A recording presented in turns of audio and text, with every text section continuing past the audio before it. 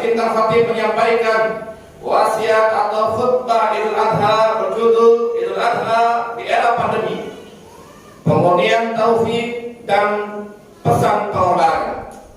Allah Subhanahu wa Ta'ala mengatakan bahwa COVID-19 hari ini yang menimpa umat Islam di seluruh dunia merupakan ayat dan ujian buat kita semuanya. Sebagaimana Allah Subhanahu wa Ta'ala mengatakan bahwa menciptakan makhluk-makhluk yang lainnya. Allah Subhanahu wa Ta'ala menciptakan gunung, menciptakan langit. Allah Subhanahu wa Ta'ala menciptakan matahari, menciptakan bulan dan seluruh apa yang diciptakan oleh Allah Subhanahu wa Ta'ala ini merupakan makhluk Allah Subhanahu wa Ta'ala, merupakan ayat daripada Allah Subhanahu wa Ta'ala. Allah Subhanahu wa Ta'ala mengatakan di dalam Quran, "Wa min ayatil laili wan nahar wasyamsi wal qamar." Sesungguhnya di antara ayat-ayat yang Allah sampaikan, yang Allah tampakkan kepada kita semuanya adalah diciptakannya malam dan kemudian siang, diciptakannya syamsu wal qamar, wa la tasjudu lis-syamsi wal qamar wasjudu lillah, dan janganlah kalian bersujud kepada matahari dan kepada bulan, tetapi hendaklah kalian bersujud kepada Allah Subhanahu wa Ta'ala yang sudah menciptakan seluruh makhluk yang ada di bumi maupun di langit ini. Begitupun dengan corona ini, maka harusnya kita harusnya paham bahwa corona ini adalah min ayatillah. Corona ini adalah ayat-ayat Allah Subhanahu wa Ta'ala yang ditunjukkan kepada kita semuanya, yang ditampakkan kepada kita semuanya agar kita semakin mendekatkan diri kepada Allah Subhanahu wa Ta'ala. Tujuan Allah Subhanahu wa Ta'ala menampakkan dengan adanya virus corona ini adalah memanggil kita semuanya agar kemudian kita semakin mendekat kepada Allah Subhanahu wa Ta'ala, kita semakin memuja Allah Subhanahu wa Ta'ala, kita semakin beribadah kepada Allah Subhanahu wa Ta'ala, kita semakin taat kepada Allah Subhanahu wa Ta'ala. Bukan kita semakin menjauhi Allah Subhanahu wa Ta'ala. Masjid-masjid tutup, kemudian mereka berbuat onar dengan menutup rumah-rumah ibadah kita yang pada hakikatnya mendekatkan kita justru kepada Allah Subhanahu wa Ta'ala. Maka khatib tidak bersetuju terkait dengan penutupan masjid, karena pada hakikatnya corona itu tidak hanya dibutuhkan pengobatan secara medis, tetapi corona juga dibutuhkan pengobatan secara fisikis, yaitu kita mendekatkan diri kepada Allah Subhanahu wa Ta'ala. Maka bapak-bapak, ibu-ibu jamaah salat Idul Adha yang dirahmati Allah Subhanahu wa Ta'ala, maka kita harus tahu bahwa corona ini adalah makhluk Allah Subhanahu wa Ta'ala. Kita harus paham bahwa dengan izin Allah Subhanahu wa Ta'ala, Allah mudah saja mengangkat virus corona ini. Lalu kenapa Allah Subhanahu wa Ta'ala membiarkan agar kita semakin dekat? Ketika kita merasa kematian kita ada sangat dekat dengan kita, maka harusnya kita kembali kepada Allah Subhanahu wa Ta'ala. Harusnya kembali kita memurnikan tauhid, memurnikan akidah kita kepada Allah Subhanahu wa Ta'ala. Maka kita tidak boleh merasa ketakutan terhadap virus corona ini. Harusnya kita takut terhadap Allah Subhanahu wa Ta'ala. Namun bapak-bapak jamaah salat Idul Adha yang dirahmati Allah Subhanahu wa Ta'ala, umat manusia hari ini terlihat sangat takut terhadap corona ini, dan ini merupakan hal yang diisyaratkan oleh Allah Subhanahu wa Ta'ala dalam surat Al-Baqarah. Bagaimana Allah Subhanahu wa Ta'ala, wa nabluwannakum bisyai'in minal khawfi wal ju'. Sesungguhnya Allah Subhanahu wa Ta'ala akan menguji kalian ini dengan ketakutan, kemudian dengan kelaparan, wa naqsim minal amwal wal anfus was samarat, kekurangan harta, jiwa-jiwa yang kemudian meninggal, dan terakhir adalah kekurangan buah-buahan atau persediaan makanan. Wa basyiril mu'minin, kabarkanlah kabar gembira pada orang-orang yang beriman. Allah ada ayat ini, Allah Subhanahu wa Ta'ala akan menguji kita bahwa kita ini nanti akan diuji oleh Allah Subhanahu wa Ta'ala, wa la nabluwannakum bisyai'in minal khawf, bahwa nanti kita akan diuji oleh Allah Subhanahu wa Ta'ala itu dengan ketakutan. Dan hari ini nampak di umat Islam, nampak di umat manusia, betapa hari ini umat manusia, umat Islam kemudian begitu takutnya terhadap corona, sehingga kemudian lupa terhadap Allah Subhanahu wa Ta'ala, sehingga mereka lupa terhadap yang menciptakan virus corona ini. Meskipun nantilah dengan teori apapun, misalkan teori wabah maupun teori intelijen, pada hakikatnya corona ini adalah diciptakan oleh Allah Subhanahu wa Ta'ala. Karena Allah Subhanahu wa Ta'ala mengatakan wa ma musibatun fil ardi illa bi'idznillah. Dan tidak ada musibah yang menimpa bumi ini, seluruh alam semesta ini, kecuali dengan izin daripada Allah Subhanahu wa Ta'ala. Maka umat Islam harus paham bahwa corona ini min ayatillah, merupakan ayat-ayat Allah Subhanahu wa Ta'ala untuk mengingatkan kita semuanya. Dan yang kedua, corona itu adalah ujian untuk orang-orang yang beriman kepada Allah. Apakah dengan corona ini kita semakin mendekat dengan Allah Subhanahu wa Ta'ala, atau justru dengan corona ini kita semakin menjauhi Allah Subhanahu wa Ta'ala? Apa dengan corona ini kita semakin dekat dengan mendatangi rumah Allah Subhanahu wa Ta'ala, yaitu masjid-masjid Allah Subhanahu wa Ta'ala? Atau dengan corona ini kita semakin menjauh dari rumah Allah, yaitu masjid-masjidnya Allah Subhanahu wa Ta'ala? Maka corona adalah ayat dan kemudian ujian daripada Allah Subhanahu wa Ta'ala. Bapak-bapak, ibu-ibu, jamaah salat Idul Adha yang dirahmati Allah Subhanahu wa Ta'ala. Yang kedua, corona ini mengajarkan kita agar mentauhidkan Allah Subhanahu wa Ta'ala. Kita tahu bahwa corona itu bukan penyebab kematian. Pada hakikatnya yang menyebabkan kematian itu adalah dengan takdir, dengan izin Allah Subhanahu wa Ta'ala. Dengan corona maupun tanpa corona, jika kematian itu waktunya datang, maka kita tidak akan bisa menghindarkannya. Karena kematian itu adalah perkara yang pasti. Yang Abdul Aziz mengatakan bahwa kematian itu adalah keyakinan yang pasti, keyakinan yang paling pasti. Namun kemudian umat Islam, banyak di antara umat Islam itu yang lari dan tidak mempersiapkan terkait dengan corona. Hari ini hikmah di antara adanya corona ini adalah kita semakin paham, semakin dekat dengan yang namanya kematian. Meskipun kematian itu adalah kehendak Allah Subhanahu wa Ta'ala, kematian itu adalah takdir daripada Allah Subhanahu wa Ta'ala. Hari ini kita berusaha lari dari kematian itu akan mendatangi kita. Sebagaimana Allah Subhanahu wa Ta'ala mengatakan, kullun nafsin dha'iqatul maut, bahwa yang berjiwa itu akan mengalami kematian. Dan kita hari ini kemudian juga akan dijemput oleh Allah Subhanahu wa Ta'ala, entah hari ini, entah esok, entah besoknya lagi, lusa dan yang lain-lainnya. Maka pada hakikatnya bapak-bapak jamaah yang dirahmati Allah Subhanahu wa Ta'ala ini, kematian yang kita berusaha menghindarnya, hari ini kita ketakutan dengan adanya corona, maka maut akan menjemput kita. Maka Allah Subhanahu wa Ta'ala mengingatkan bahwa kematian itu akan mendatangi kita, dan itu merupakan perkara yang pasti, dan itu merupakan perkara yang memang merupakan takdir daripada Allah Subhanahu wa Ta'ala. Allah Subhanahu wa Ta'ala menjemput kematian kita, menuliskan takdir kematian kita 500.000 tahun sebelum diciptakannya kita semuanya. Maka bapak-bapak yang dirahmati Allah Subhanahu wa Ta'ala, maka yang harus kita siapkan hari ini bukan takut terhadap kematian, namun yang harus kita siapkan bekal apa yang kemudian kita siapkan untuk menghadap Allah Subhanahu wa Ta'ala. Karena kematian sebagaimana dikatakan dalam surat Al-Jum'ah, qul innal mauta alladzi tafirruna minhu fa innahu mulaqikum, sesungguhnya kematian yang kalian lari daripadanya, berusaha menghindar daripadanya, maka pada hakikatnya dia akan mendatangi kalian.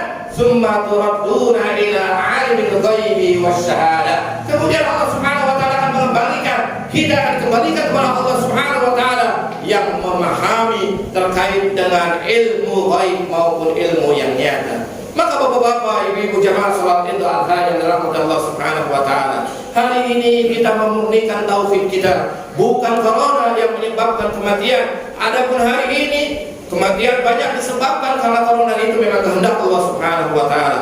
Dengan corona atau tanpa corona, maka kematian itu akan datang menyebut kita semuanya. Kemudian bapak-bapak, ibu-ibu yang jamaah salat Idul Adha yang dirahmati Allah Subhanahu wa Ta'ala, kemudian kalau kita berbicara terkait Nabi Ibrahim alaihissalam beserta keluarganya, maka kemudian Ibrahim dan keluarganya dan kemudian orang-orang yang bersamanya mengajarkan kepada kita untuk memurnikan tauhid. Sebagaimana Ibrahim alaihissalam atau Allah Subhanahu wa Ta'ala menggambarkan sikap pemurnian tauhid kepada keluarga Ibrahim alaihissalam dengan diturunkannya surat Al-Mumtahanah ayat keempat. Allah Subhanahu wa Ta'ala mengatakan, qad kanat uswatun hasanah fi Ibrahim wal ladzina ma'ahu, sesungguhnya telah nampak suri teladan kepada Ibrahim dan bersama orang-orang yang bersamanya. Il qala liqaumihi, ketika dia berkata kepada kaumnya, il qala liqaumihi inna bura'u minkum, aku berlepas diri daripada kalian, aku berlepas diri kepada kalian, wa mimma ta'buduna min dunillah, dan dari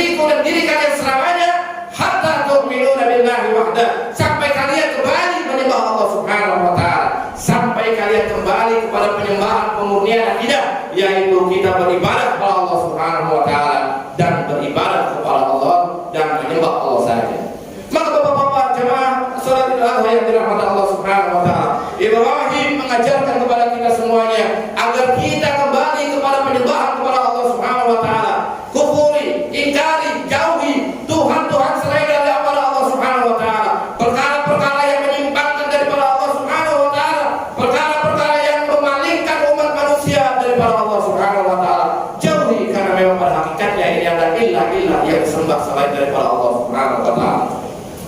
Maka Ibrahim mengajarkan kepada kita agar kita berhati-hati terhadap akidah, berhati-hati terhadap tauhid, karena di antara kita ini ada yang kemudian mendurhakai Allah Subhanahu wa taala, di antara kita ini ada yang menjauhi Allah Subhanahu wa taala dan menjadikan Tuhan lain selain daripada Allah Subhanahu wa taala dan menjadikan ilah-ilah lain selain daripada Allah Subhanahu wa taala. Maka syariat Ibrahim yang hari ini kita sebagai umat Muhammad mengambil syariat dari Ibrahim dan diteruskan oleh umat Rasulullah SAW, maka salah satu wasiatnya, salah satu pesannya, salah satu yang ditinggalkan oleh Ibrahim alaihissalam dan kemudian diteruskan oleh umat Rasulullah SAW adalah agar kita menyembah Allah Subhanahu wa taala, agar kita memurnikan ketaatan kita, ketundukan kita, kepasrahan kita kepada Allah Subhanahu wa taala. Dan terakhir Ibrahim alaihissalam dan keluarganya mengajarkan kepada kita terkait dengan bagaimana begitu besarnya rasa cinta Ibrahim dan keluarganya kepada Allah Subhanahu wa taala. Ketika cinta itu hadir, ketika cinta itu datang dalam diri Ibrahim kepada istrinya, kepada anak-anaknya, lalu apa dampak hadirnya cinta pada keluarga mereka, hadirnya cinta pada keluarga Ibrahim alaihissalam, maka menyebabkan Ibrahim bersama keluarganya siap dan mampu mengorbankan apapun yang memang Allah minta kepada dirinya. Dan kalau kita lihat dalam sirah maupun dalam ayat-ayat Al-Quran, kita mendapatkan Ibrahim merupakan contoh yang paling baik untuk dicontoh dalam kehidupan kita selain Rasulullah SAW. Kita melihat kata uswatun hasanah fi Ibrahim walladzina amanu. Sungguh telah nampak uswatun hasanah, contoh yang sangat baik pada diri Ibrahim dan orang-orang yang bersamanya. Ibrahim mencontohkan terkait dengan pengorbanan yang sangat luar biasa.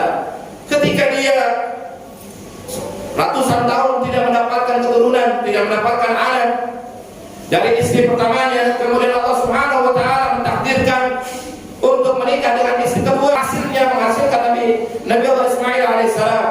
Lama menunggu untuk mendapatkan keturunan, tapi setelah mendapatkan keturunan yang soleh, keturunan yang cakap, keturunan yang baik, yaitu Nabi Allah Ismail alaihissalam, kemudian Allah Subhanahu wa taala menguji Ibrahim alaihissalam, menguji keluarganya, istrinya termasuk Nabi Allah Ismail alaihissalam.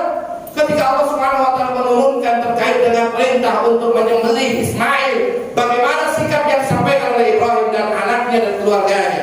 Maka kalau kita lihat, kecintaan itu adalah kecintaan yang luar biasa. Tidak mungkin kita sanggup ketika kita diperintahkan oleh Allah Subhanahu wa taala untuk menyembelih anak kita, anak yang kita sayangi, anak yang kita kasihi, anak yang kita ratusan tahun tunggu kehadirannya, tetapi setelah hadir, setelah ada di depan kita, Allah memintanya untuk disembelih. Maka Ibrahim alaihissalam memberikan contoh kepada kita pengorbanan luar biasa. Maka Ibrahim mengatakan, jika ini perintah Allah Subhanahu wa taala, sami'na wa ata'na, dan kemudian menyampaikan kepada Ismail alaihissalam, dan Ismail alaihissalam jawabannya, jika ini perintah Allah Subhanahu wa taala, maka laksanakan ayatku. Cermin keluarga yang soleh, maka kita dapatkan kepada keluarga Ibrahim alaihissalam bagaimana dia begitu cinta terhadap Allah Subhanahu wa taala, begitu sayang terhadap Allah Subhanahu wa taala, begitu taat terhadap Allah Subhanahu wa taala, sehingga apapun yang diminta oleh Allah Subhanahu wa taala akan diberikan sepenuh hati, akan diberikan tanpa adanya keberatan di dalam hati kita. Inilah nilai yang harus kita contoh pada diri Ibrahim dan keluarganya. Bagaimana kita mampu mencintai Allah Subhanahu wa taala, bagaimana kita mampu menghadirkan kecintaan kepada Allah Subhanahu wa taala yang begitu besar, sehingga dengan kecintaan kita terhadap Allah Subhanahu wa taala yang begitu besar, ketika Allah Subhanahu wa taala memanggil kita untuk berkorban, maka kita akan mengorbankan apapun yang diminta oleh Allah Subhanahu wa taala. Allahu akbar, Allahu akbar, Allahu akbar walillahil hamd. Hari ini dikatakan yaumul takwim, dikatakan sebagai hari untuk penyembelihan, yaumul nahar, hari-hari untuk memotong kurban, dan umat Islam disyariatkan untuk berkorban. Hari ini kita mengorbankan apa yang kita mampu hari ini dengan seekor kambing, atau kemudian